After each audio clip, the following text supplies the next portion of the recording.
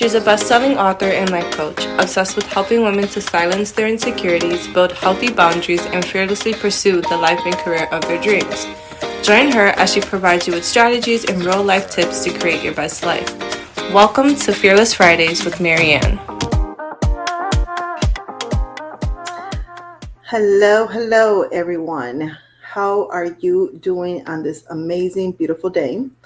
Thank you for tuning in to another episode of Fearless Fridays with Marianne. I am your host, Marianne Rivera-Dannert. And for those that are watching the video, whether you are watching the Facebook or whether you are watching me on YouTube, you may be wondering what is going on with her shirt.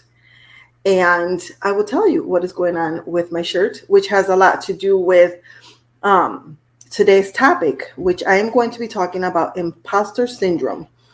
So what's happening with my shirt is that I just came back from a 40-minute walk.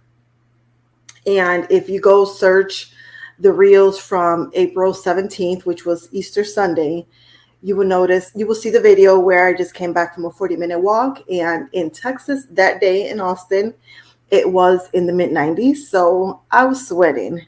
So I immediately, when I came back, I took a shower. And just to hydrate my face and take care of my skin, I did a Burt's Bees facial mask, which was amazing, relaxing. But it was like very liquidy. So when I had the mask on, all the liquid was dripping on my shirt. And immediately I was like, oh my gosh, I cannot go on and record like this because people are going to see my shirt. And it was like, you know what? If people are going to judge my wet shirt because of a facial mask that I had on, then this conversation is for those people, which again, I'm going to be speaking about imposter syndrome. And also my hair is dripping because I washed my hair and I didn't put anything in it. Normally I put like some type of like curl, mousse or like hairspray gel or something. And I didn't do nothing. I just kind of like squeezed it with a towel. So it's still dripping. So more drips are coming on my shirt.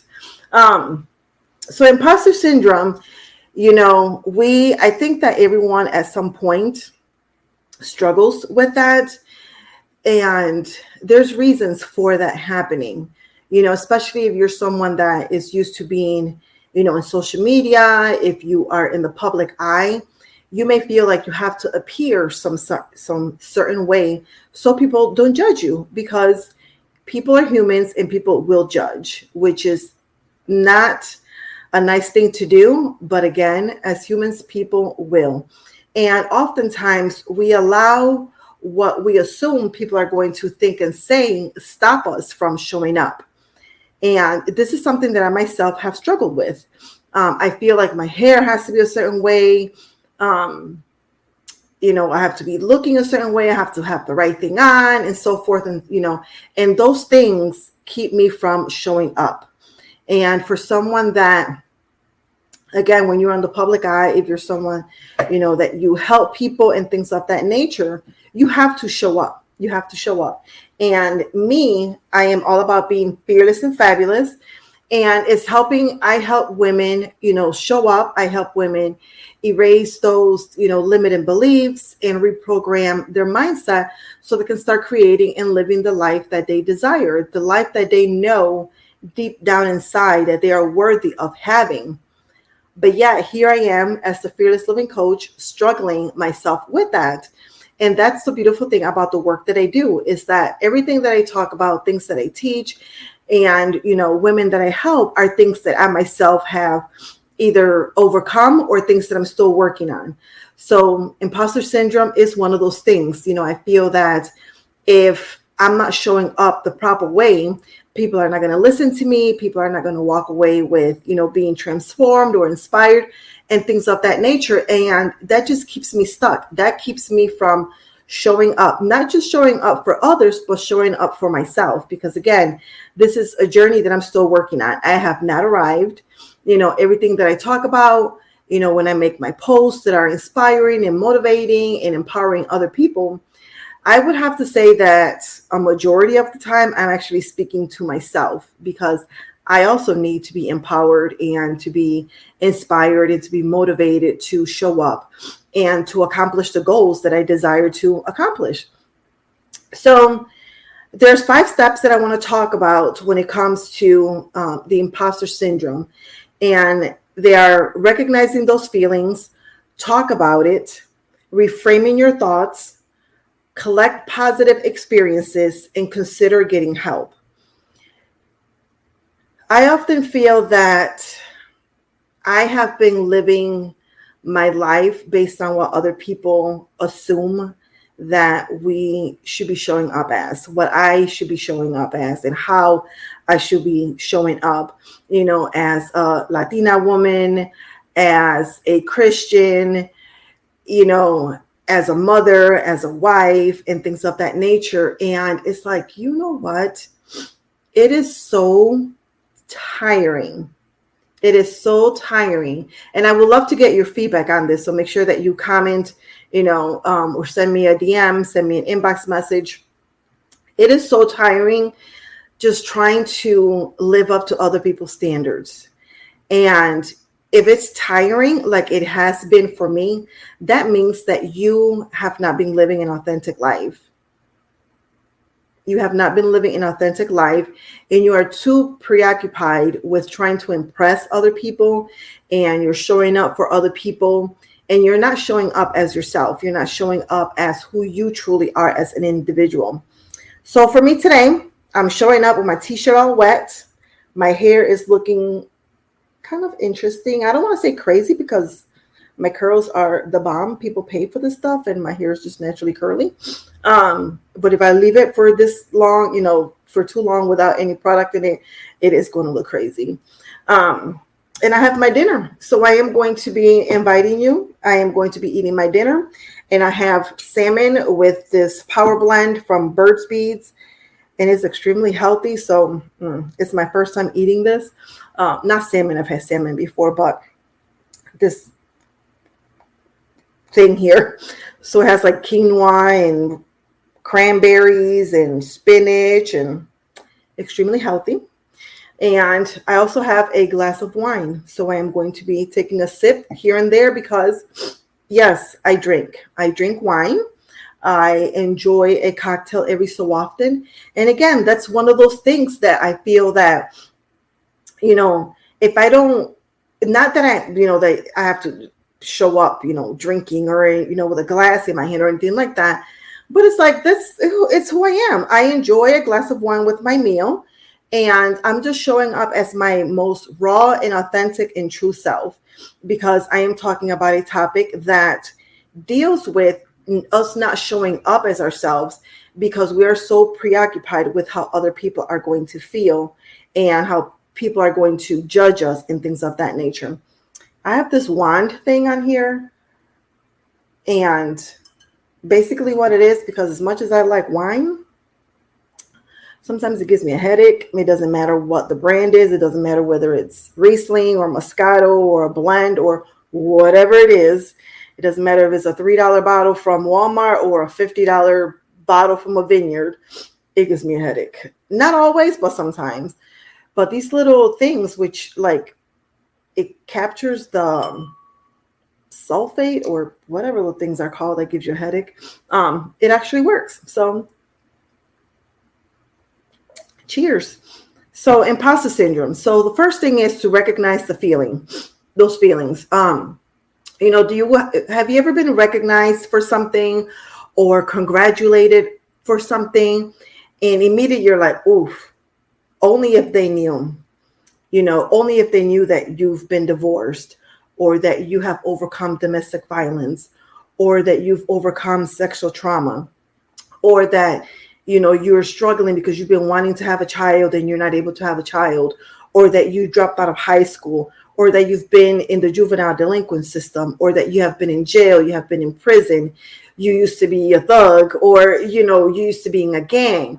Whatever your past is, have you ever been acknowledged and honored for something, and immediately that little voice just starts creeping in, and it's like, you better enjoy this now because soon if they only knew, and you start to doubt yourself. You start to doubt yourself. You don't celebrate, the wins and things of that nature. So I was saying, start to recognize, start to listen to that, to that voice, and journal, capture those feelings. And one of the steps that I talk about is to collect positive experiences. So I'm going to like combine these two. It's like, remember how far you have come. Remember all of the hard work that you have done. It does not matter what has happened in your past. The past has shaped you to become the woman that you are today. And I'll say man also because, it's my podcast. So some guys do listen to the podcast and follow me on my Facebook page. So it does not matter what your past is. We all have gone through stuff. We all have. The most perfectly put together individual, the most successful billionaire, the richest person that you can possibly think of, they have gone through stuff. They have overcome some type of adversity. And it does not matter what their adversity is compared to yours, because your story, the things that have happened to you, are true to you. So it does not matter whether someone has overcome worse things or not as worse. It's not a competition. It's not about who has gone through the most crap in their life. The fact of the matter is that we have all overcome something, and you getting a parking ticket, for example, can be traumatizing to you, but yet you want to compare your little parking ticket to somebody filing for bankruptcy. Listen, when you are living paycheck to paycheck, every little penny matters. Every little cent matters. So recognize those feelings and don't measure or don't compare, your story to somebody else's story. You live your truth. You have overcome what you have overcome, and your stuff matters. The next thing is to talk about it. Don't hold things in, because the more things that we hold in, the more things just keep getting piled on top of that. It's just keep getting piled on top of that. I'm going to take a bite of my food because it's about to get cold. So talk about how you're feeling. Whether you have a coach or whether you have a mentor, whether you have a close friend that you can trust, talk to someone. Talk to someone about how you're feeling. Talk to them about the feelings that are creeping up, that are holding you back from living your truth. Because again, when you start talking about it, you're shining light on things from the, that are in the dark. And the more light that you shine on it, the more you talk about these things, the smaller they're going to appear. And they're just going to be, you're going to be highlighting these things, and you're going to be getting tips on how to work through them so you can start living your authentic life. Because again, if you don't talk about these things, they're going to stay around forever. They're never going to go away.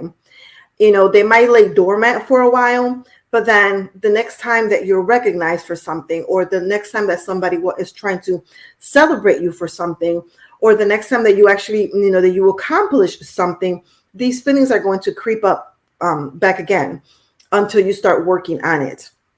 The third thing is to start reframing your thoughts. When someone congratulates you, especially for women, we are quick to say, oh, no, it's okay. Or, oh, it's nothing. Boom. It is something. You did a bomb job. You did great. You nailed that presentation, that speech that you did, that job that you got, whatever it is that you're being congratulated for, that you're being honored and rewarded for, it was something big. So accept it. A simple thank you. That's it. You don't have to go into details. People, oh, it's nothing. It is something. It's the fact that somebody has acknowledged you in whatever it is that you have accomplished. And I think sometimes also when we just say things like, oh, it's no big deal, or, oh, don't worry about it. It's kind of like almost like a slap in the face of the person that's, saying, oh, you did such a great job. It's like, oh, it's no big deal. But then they're like, well, you know, just say thank you. And that's it. Just leave it alone. So start changing your mindset, start changing your thoughts. Those little voices, when you were growing up, the parents, not giving you enough love or rewarding you, for things, or saying how, they're proud of you, or, saying, that you're going to amount to nothing, you're stupid, you're an idiot, the teacher that, doubted, or criticized your writing or your speaking, your math skills and stuff like that, or, what kind of idiot are you, or stuff like that. No, here is in your face, I did it. I did that, in spite of whatever someone has spoken to you in your life negatively, you have accomplished something. So, so just acknowledge that about yourself. It's like, just say, thank you, thank you, thank you, thank you. And the fourth step is to collect positive experiences. We are all good at something. We are all good at something. And at the same time, because of these negative mindsets that have been playing over and over again, we don't recognize the good. So, and I actually got this tip from someone else about collecting positive experiences, especially for people that, if you're a speaker, if you're an author, if you're a coach, whatever, or even if you're not in any of those, that field, and you are in the corporate world, you have a job, and someone compliments you, they compliment you on, how you're dressed, or, how your hair looks, or the presentation that you did, or the strategies that you spoke about, in the board meeting or whatever. And somebody says, oh, you did such a great job, especially if it's written. If they send you an email, celebrate that. Make a little folder that says, positive thoughts, or, encouraging words, and just save it. Just put it on there. And then on the days that you are feeling down on yourself, open that folder up. Open that folder up and read all those amazing things that people have said about you. How skillful you are. You may, you could be a wizard in Publisher or I think what's the other one that's present, something like that. It's another presentation platform. You did a great job at, making somebody's website, or that was a great speech. Whatever it is, it doesn't matter how big or how small. It could be just one word. It could be a whole paragraph that somebody has acknowledged you on. Save it and read those things over and over again, because again, that is just going to remind you of how far you have come, and it's going to remind you of how great you are. And the last tip is to consider getting help. It could be a much deeper issue, and as much as you're recognizing your feelings, as much as you're talking to, someone that you trust, a friend, a coach, a mentor about these things, even as much as you're reframing your thoughts or you're collecting positive experiences, there still might be something that's more troubling and deeper that you may require, to speak to a medical professional. And there's absolutely no shame in that. Speaking to a professional, seeking out help, just knows it's a big step. And it just goes to show how far you have come, because you are now aware that something much deeper is going on, and you don't want to live like that anymore. You don't want to live like that anymore. You don't want to be stuck anymore. You don't want to be having these negative thoughts in your mind of, people finding out who you really are, or, the things that you have been through in life and things like that. And you don't want to continue living in shame. You don't want to continue living in a what if world. You want to be excited for when somebody congratulates you. You want to be excited for when someone acknowledges you. You want to be elated when somebody is honoring you and recognizing you for stuff, or when you have accomplished something, whether you're getting a new job, or you got a promotion, or you got a speaking gig, or you got your book was launched, or whatever it is that you have done. And you're being celebrated, you want to actually be a part of that celebration. You want to feel that honor. And it's not in a stuck up, conceited kind of way. It's kind of like, look at me here. It's a wow. Thank you.